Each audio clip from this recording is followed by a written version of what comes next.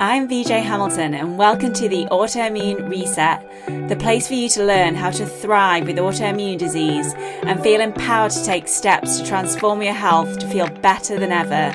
You can start making changes today to improve your health. So with every episode, my mission is to share with you simple ways to up-level your diet and lifestyle with key learnings from my own journey reversing autoimmune disease and inspirational stories from those who have reset their autoimmune symptoms and are now thriving in life.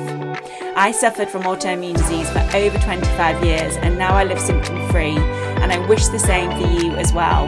So thank you for being here and sharing this time with me. Now let's get started.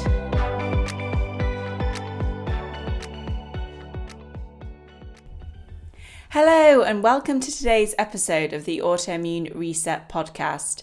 I'm your host, VJ Hamilton. I'm a nutritionist, scientist, and expert in autoimmune disease. And today we're diving into the fascinating link between gluten, brain health, and autoimmune disease.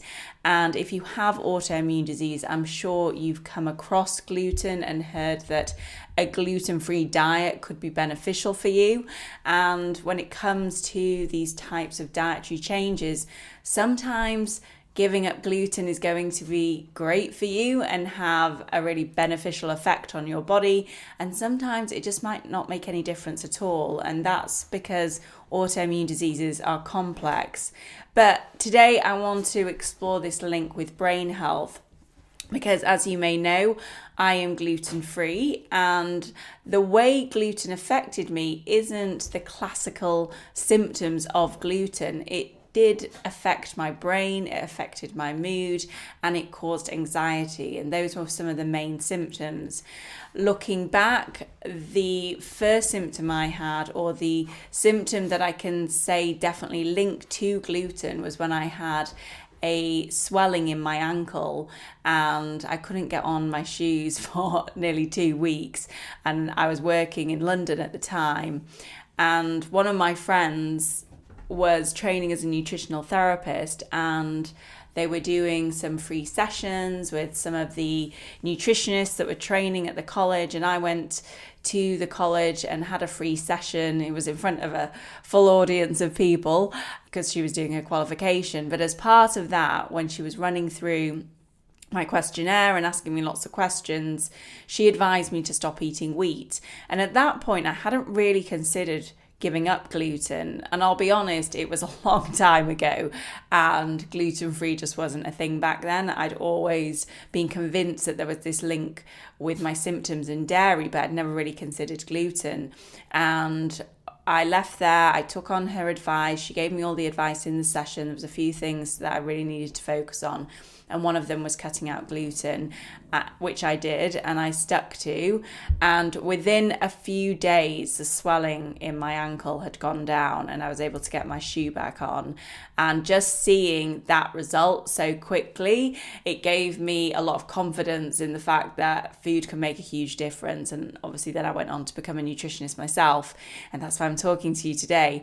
But I want to talk about this link with gluten in the brain specifically, and that story of how gluten affected me is hopefully showing you that gluten doesn't just affect your gut, it can affect you systemically, and it can affect people in lots of different ways.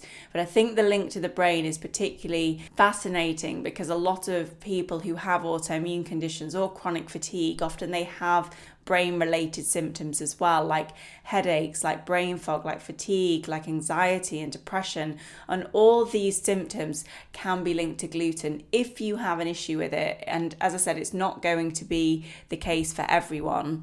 I am talking about gluten in depth in a free series that I am running in my group, the Autoimmune Forum. So if you would like to learn more about gluten generally, not just about the brain, then feel free to join my group. It's called the Autoimmune Forum, and you can learn more about gluten over there. But today we'll explore leaky brain syndrome. Yes, not leaky gut syndrome, leaky brain syndrome. How gluten can cause cross-reactivity with the cerebellum in the brain, what being glutened might look like, and how gluten could potentially contribute to mental health challenges like anxiety, panic attacks, and depression. So we're going to touch on the difference between celiac disease and non-celiac gluten sensitivity and how each of these can affect the brain differently as well. So let's get started by understanding the link between gluten and leaky brain syndrome. So let's start with the basics. You might be here, you might not know what gluten is. Gluten is a group of proteins found in wheat, barley, rye, and other foods as well. And even things like oats can have gluten in them. But while it's harmless for many people, it can cause significant health issues for others, especially those with celiac disease and non-celiac gluten sensitivity. Now, one of the concepts that has always interested me is this leaky brain syndrome. So when you have a leaky brain barrier, and they have shown that gluten could potentially contribute to this. So I know I've described leaky gut syndrome many times on the podcast, where we have this widening of gaps in the digestive system wall. And this can happen in various parts of the body as well. And the brain is fairly protected from toxins, from parts of the immune system, and from many other particles that we have in our blood, and that's through the blood-brain barrier. But what can happen is the blood-brain barrier can be compromised, and that's when we call it a leaky brain. And for example, in multiple sclerosis, they have shown that it is when you have this increased permeability of the blood-brain barrier that you are more likely to develop multiple sclerosis and more likely to develop those types of neurological symptoms. So it is really important that we work on our blood-brain barrier, because it is so vital in keeping those harmful substances away from the brain. However, inflammation in particular can compromise the blood-brain barrier and make it leaky. And this is particularly concerning if you are sensitive to gluten, because when gluten triggers an immune response in those who are susceptible, the resulting inflammation might not just affect the gut, but also the brain. And this can impair the barrier and then can allow those unwanted molecules like immune complexes to reach the brain, potentially causing symptoms such as brain fog, fatigue, and even those more severe neurological issues that you see in multiple sclerosis. Recent studies have suggested that gluten sensitivity can increase the permeability of the blood-brain barrier in some people, and this means that if you are gluten sensitive, your brain might be more vulnerable to inflammation and damage. And when I'm working with clients who have multiple sclerosis and I recommend that they do a gluten-free diet, this is one of the reasons that I would recommend that. It might not be that they specifically have an issue in their gut to gluten. It just might be causing an inflammatory response that is then impacting the blood-brain barrier. That can then have a knock-on effect to their symptoms. Because a lot of the time with an autoimmune condition, the immune system has been able to enter a point that it wouldn't have been able to enter before, and because of that it then creates this inflammatory response, because it's being exposed to particles or to parts of the body that it shouldn't really be seeing, and that looks foreign to the immune system, and that's why it starts the attack. And a really easy example of that is with alopecia, where the hair follicle is this immune privileged site, which means that the immune system cannot penetrate or get to the hair that is growing in the hair follicle. But when that is compromised, and it can be compromised in a similar way to the blood-brain barrier, the immune system is then able to start targeting and damaging the hair follicle. And that's why we see the hair loss in people who have alopecia. That is one of the reasons that somebody that has alopecia areata or totalis or universalis loses their hair, because that privilege in the hair follicle has been damaged. And that is the same for the blood-brain barrier as well. So if somebody is eating gluten and they have a sensitivity to gluten and their immune system is flared up from gluten, then they are more likely to have a compromised blood-brain barrier, and this can go on to create these symptoms that we relate to various different autoimmune conditions, which includes headaches, fatigues, migraines and brain fog. And it can affect your mood as well. And my husband used to notice that when I would have gluten, my mood would change. And looking back, I had a much more unbalanced mood, whereas now I feel a lot more balanced most of the time. And I hadn't ever associated that with the food, but since giving up gluten, which has been for a number of years now, I have noticed I feel a lot calmer, I feel more balanced. So it's not just about the effect of gluten on the immune system or the effect of gluten on your gut, it's the effect of gluten on your brain as well, and how that is making you feel. So it's worth observing that, and actually observing that with lots of different foods. How are you feeling generally when you're eating certain foods? Do you notice an immediate reaction to any foods? Because another thing that I used to react to was when we were getting a lot of takeaways. And I think that is probably to do with something else rather than gluten itself, but I would eat a takeaway, and then after eating it I would feel so fatigued, but to the point that I would need to go to sleep. And that is such a strong reaction. So if you notice anything like that after a food that you're eating, not just feeling sluggish, but I mean that's worth noting as well, because you don't want to feel sluggish after eating, but write down anything that you observe when it comes to your symptoms. And if you don't want to be writing and journaling all the time about what you're eating and what symptoms you have, just do it when you notice a very obvious symptom, and write down what food you've had and keep it in the notes in your phone or in a notebook so you can refer back to it. So if you get that symptom again, you can again write down what you've eaten or what you've done, and you might start seeing patterns, and that's going to give you some extremely valuable information, because you're going to know what's triggering it, and then you're going to know what you need to focus on and what you need to do to feel better. Now, a really interesting aspect of gluten is that gluten has a connection to the cerebellum in the brain. And the cerebellum is responsible for coordination, balance, and certain aspects of cognitive function. And in some individuals, the immune system's response to gluten can lead to cross-reactivity. And cross-reactivity is where the immune system is fired up and ignited when it comes into contact with gluten. But at the same time, because the sequencing on gluten is the same as somebody's cerebellum, the immune system also will target the cerebellum.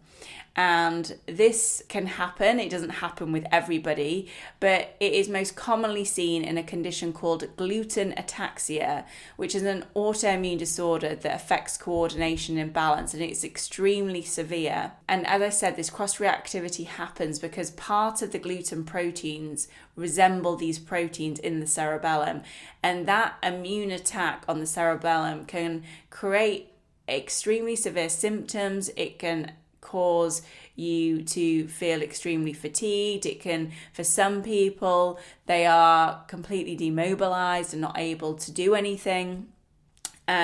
So it is worth taking that into account as well if you are having those types of neurological symptoms, because they could be linked to gluten.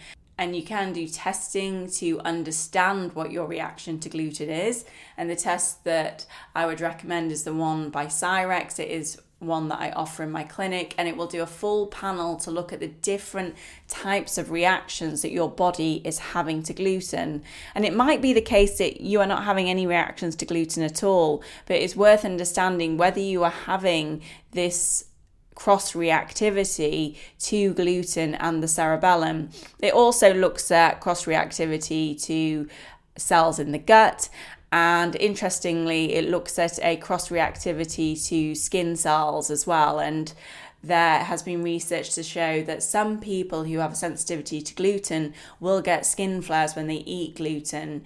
And interestingly, I ran this panel for a client of mine who had a lot of acne. And when we ran the panel, the way that she was responding to gluten was through this skin reaction. So again, it can just give you that insight into how gluten is affecting you specifically, rather than just thinking, oh, well, when I eat gluten, I don't notice any particular reaction in my gut, because it can cause a reaction in other ways. And unfortunately, with these food sensitivity type reactions, you might not see the reaction straight away. It might happen hours or days later, especially if you are eating gluten all the time. It's going to be hard to determine whether you're reacting to it or not.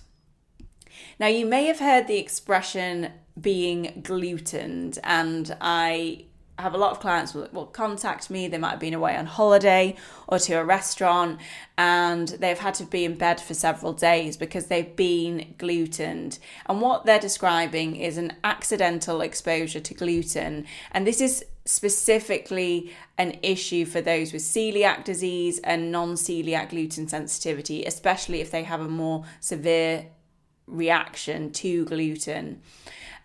So what does this look like, and how can you identify this if this is happening to you? Well, for someone with celiac disease, being gluten might lead to severe gastrointestinal symptoms. And I know when I'm working with clients who have celiac disease, they will be well aware of their reaction to gluten, and they're normally very self-aware, and they will probably have a very severe reaction if they have gluten. I've been working with a client recently, and when she has gluten, she will just throw up straight away, and she will probably be in bed for a number of days. And that's how severe it can be.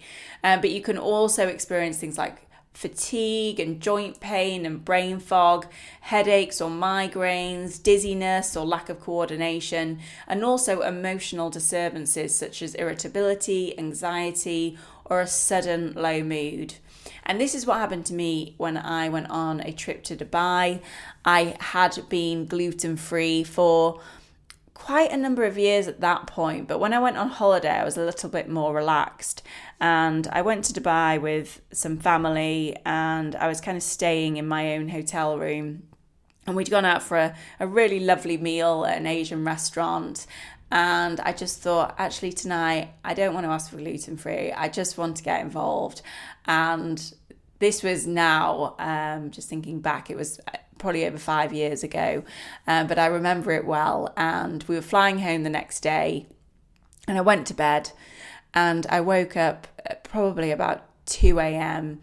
in such a state. I was having a severe panic attack, and I really couldn't go back to sleep. And if anybody has experienced a panic attack, you'll know that I honestly just thought if I went to sleep, I wasn't going to wake up.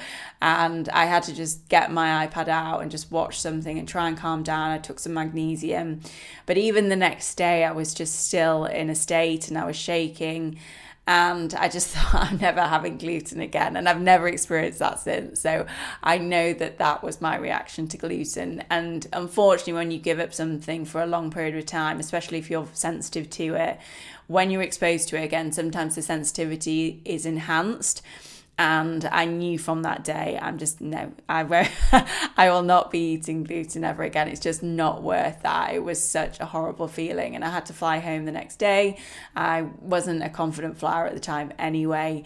And yeah, it was just horrendous, to be honest. So that's how gluten affects me. And as I said, I'm an individual, and how gluten affects me doesn't mean it's going to affect you in that way. But it's just to be a bit more mindful about these different ways that it can affect us, because if that happened to you, you might have put it down to something else.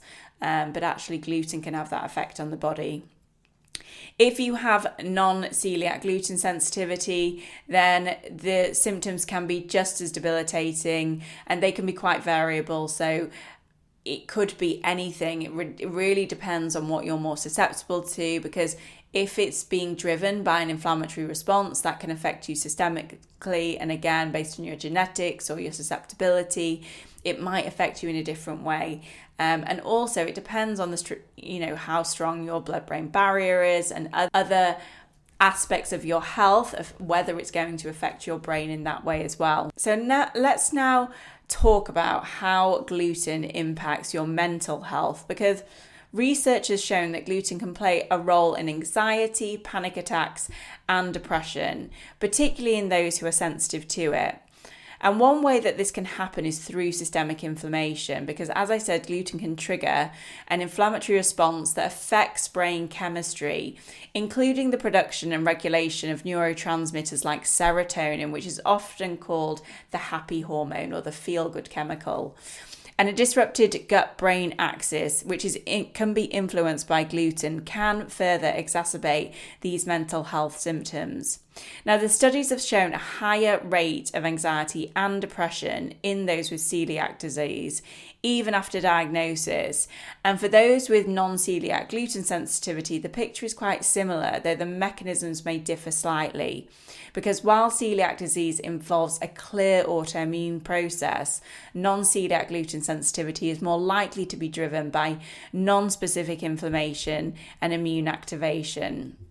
So if you notice that gluten is affecting your mood, or if you find that when you've given up gluten you felt better, then it might be a sign that gluten is affecting your hormones, your neurotransmitters, because it's creating this inflammatory process in the body.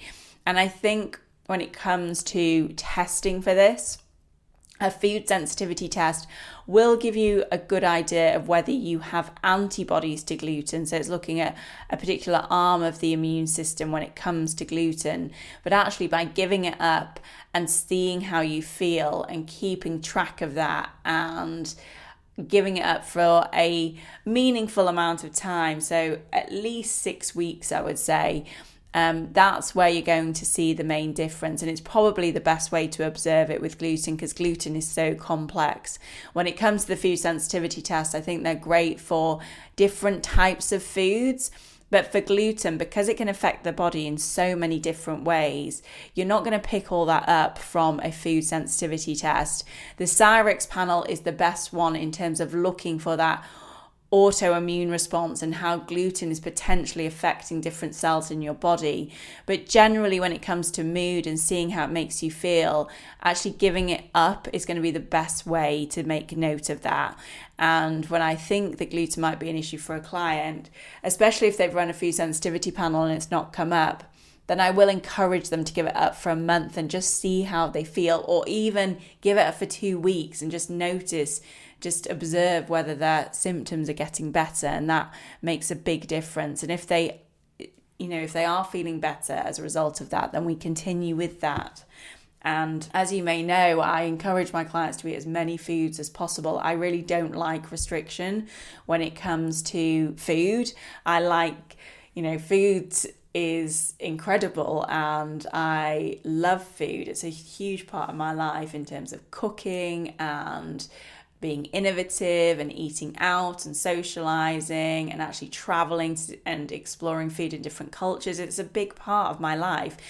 And I really don't want to focus too much on restriction, but if there is a particular food that is triggering inflammation in your body or causing this autoimmune response like gluten does with the cerebellum, then you need to know about that, and your life could transform as a result of taking that out of your diet.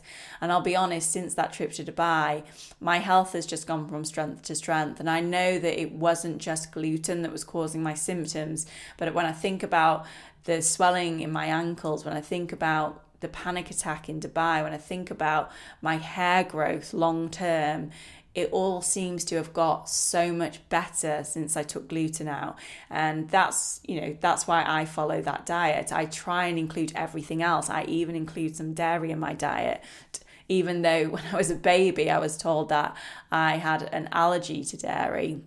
I find that I can have small amounts, especially things like feta and goat's cheese and goat's yogurt. I eat it in moderation, but I am able to include that in my diet because I think it is so important that we can include these foods in our diet. But that's why I want to share with you the facts around gluten so you can give it some consideration yourself. But what I would never say is if you have an autoimmune condition, you have to give up gluten.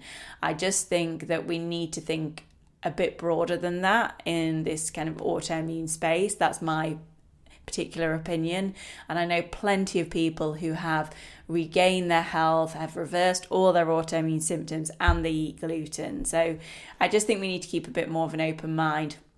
I think there is more to say on gluten around pesticides and how glyphosate in particular can affect the gluten molecule and the way that it is mass produced and the impact of that. And I think that is a very valid area and it is worth discussion. And I will be talking about that more in the free series that I'm running in the Autoimmune Forum if you want to hear more about that.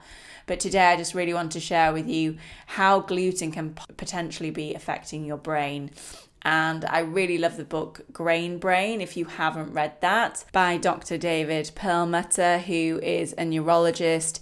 And I read that book years ago. It is quite an old book. I haven't read it for a while, but I just remember reading that and thinking that it was answering all the questions I have, and it really made sense to me. So if you haven't read that book, then I encourage you to read it because it provides some great information about how gluten can affect your brain, and it also gives you some tips around gluten-free living and other foods that are really beneficial for your brain as well. Because as much as these autoimmune conditions are about our immune system, there are so many different systems and organs in the body that are linked to these conditions.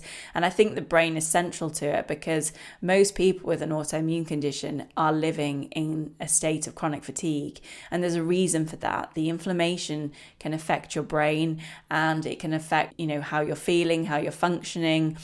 And by bringing that inflammation down, by bringing that autoimmune response down in the body, you can feel so much better and so much more energized. And that's why it's really important. If you are listening to this and you resonate with some of these symptoms, or you think that gluten might be an issue for you, then as I said, you can do an elimination process and take gluten out the diet. But I did write an article about the risk of taking gluten out the diet because we need to be aware of that as well. And I will link to that in the show notes because gluten contains a lot of fiber, and fiber is so vital for our gut health. It's feeding all the beneficial bacteria. It also helps with the motility in the gut and your digestive health. So if you just take out gluten and just stop eating gluten without giving any thought to anything else, then that could be an issue in and of itself. So if you are thinking about taking out a food group, I recommend working with a registered health practitioner and nutritionist like I am, because that's just going to make sure that if you are taking out a food group, you are bringing in other foods that have the nutrients that you need, because it dependent on what you're taking out of the diet, you need to make sure you're bringing those nutrients back in. And there have been studies around, especially people who are older who have given up gluten and then had some other issues develop, like cardiovascular issues as a result of that. So we just need to be mindful of that. It's not just about giving up gluten, but there are various ways, as I said, that you can test for it. There is the Cyrex panel. You can go to your doctors and actually get a celiac test. I mean, there are a lot of false negatives with that test, and I did test negative for that, but I have seen results through, from giving up gluten. So you can potentially look into testing as well if you want to gain more insight into that. But sometimes it is just worth giving it a try and seeing how you're feeling, because that is quite an easy symptom to be able to track. Maybe not always as easy, but if you do find yourself feeling more balanced, feeling happier, feeling brighter, then that's really a good sign. And what I often get clients saying to me is that they are just feeling lighter, and I just think that's such a nice way to feel when they make these changes. And it's not always just about gluten, but a lot of the time, if gluten is an issue for them and then they give it up, they are feeling a lot better as a result.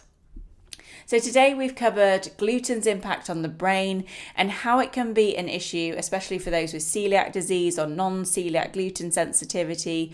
We've talked about leaky brain symptom and cross-reactivity with the cerebellum and how that can result in neurological and mental health symptoms.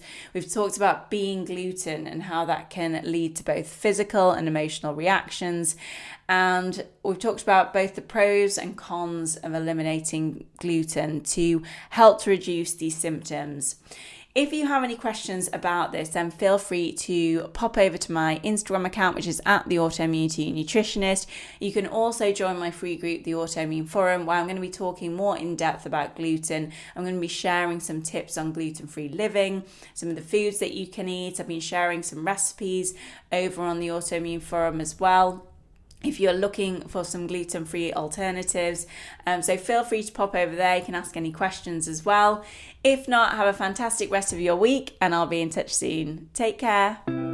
Thank you very much for joining me today on the Autoimmune Reset. I really hope you enjoyed the discussion, and be sure to subscribe to the podcast so that you never miss an episode. And if you liked it, I would hugely appreciate a review on iTunes, as it helps me understand what you like about the podcast and to help share the information with more people. I'm excited to speak to you next time, and remember, you have the power to take the reins on your health. So keep the faith and celebrate the small wins. Until next time.